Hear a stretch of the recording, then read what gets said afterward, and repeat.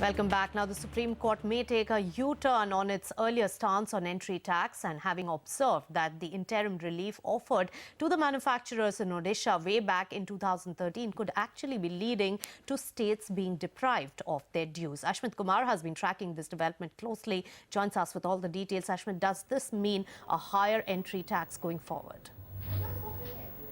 At this point, though the rate, of course, is subject to a lot of litigation right now, but it could possibly mean manufacturers having to dish out a greater percentage of the tax demand while the tax demand itself is under litigation. Now, just to give a brief backgrounder to our viewers, essentially the issue goes back to 2013.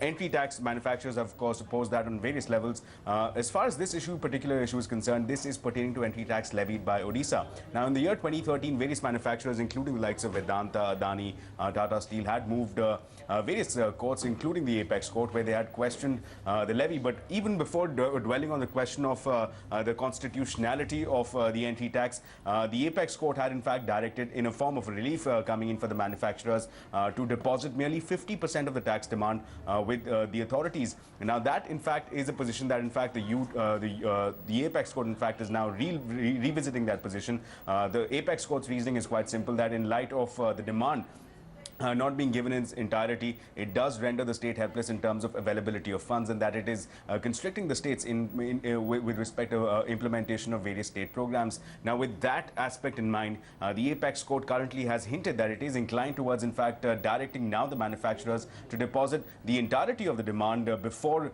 the authorities, and this could come as a significant hit to a number of manufacturing players operating out of Odisha. So, a key question here: the Apex Court will dwell on this on May 11th.